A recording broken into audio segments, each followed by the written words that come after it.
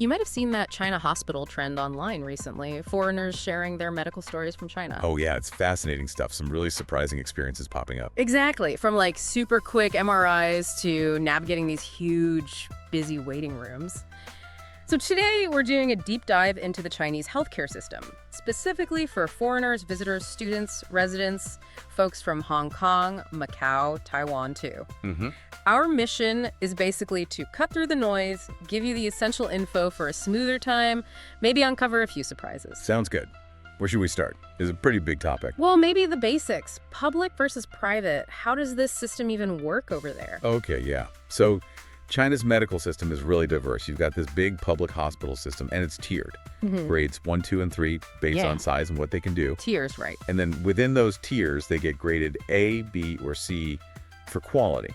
So a grade 3A hospital, that's basically your top-level, major university-type hospital, lots of specialists, complex care. Got it, the big guns. Exactly. But beyond those, you also have specialized hospitals, for specific things like maternity or pediatrics. And then there's this growing private sector, too. And we hear some pretty amazing stories from the public ones, don't we? I remember reading about a British guy getting an MRI super fast in Shanghai. Compared to what, like a 26-week wait back home in the UK? Yeah. Insane. And then there was a French blogger talking about how smooth things were in Hangzhou.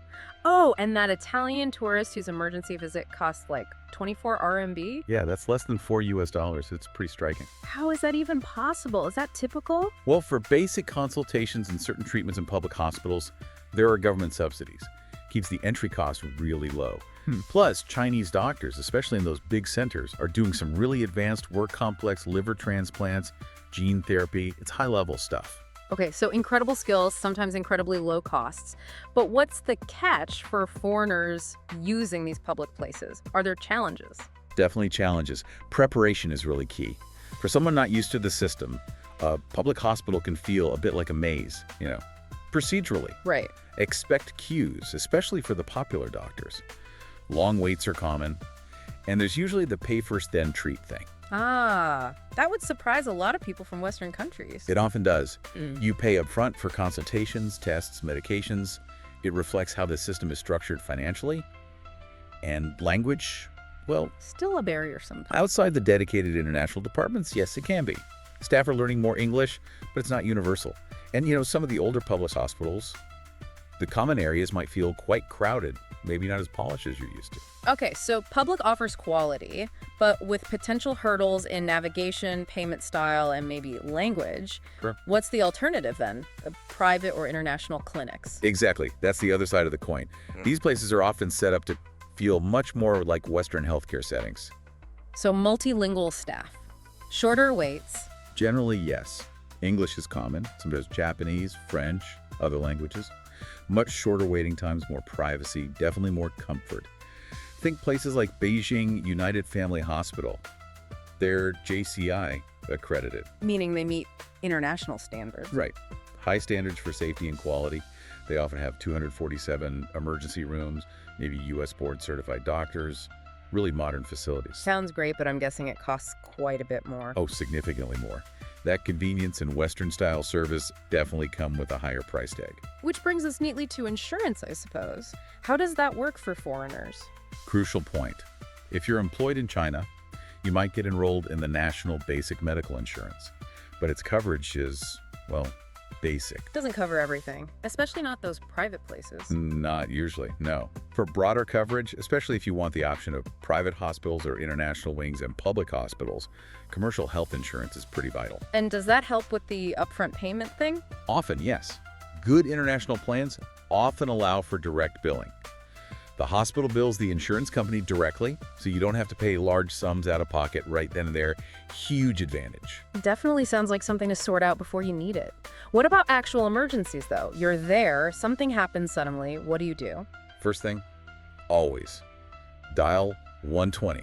That's the number for an ambulance across China. 120, got it. And for people with good international insurance, there are services like the International Emergency Assistance Center, IEAC. They can offer 24/7 help, payment guarantees, help you get into their network hospitals quickly, like a green channel. That sounds incredibly useful. So we're seeing China not just provide care, but also actively trying to attract international patients, right? Right. Medical tourism. Absolutely. Shanghai especially is pushing hard to be a global medical hub. They're promoting expertise in areas like complex spine surgery, specialized pediatrics. And I guess traditional Chinese medicine, TCM, plays a role too. Things like cupping. For sure, TCM is a unique draw. Things like acupuncture, cupping, they have global recognition and attract people specifically seeking those treatments. But it's not all perfectly smooth sailing for becoming a global hub yet. No, there are still hurdles. Things like dealing with all the different foreign insurance systems and their specific codes can be complex. Building a bigger global brand beyond just certain cities takes time, and ensuring really broad multi-language support beyond just English is another area for development. So wrapping this up, if there's one big takeaway from our deep dive today, what would you say it is? I think it really boils down to preparation. Seriously. Understanding the hospital types, public, private, the tiers, getting the right insurance sorted before you go, having your documents ready, it can make a world of difference to your experience. Preparation is key. Got it. And maybe a final thought to leave people with. Well, think about this. China's healthcare is evolving so rapidly.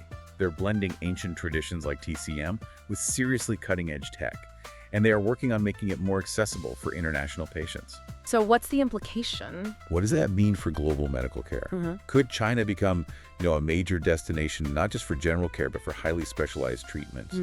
And how might that change how the world sees healthcare options? Something to ponder.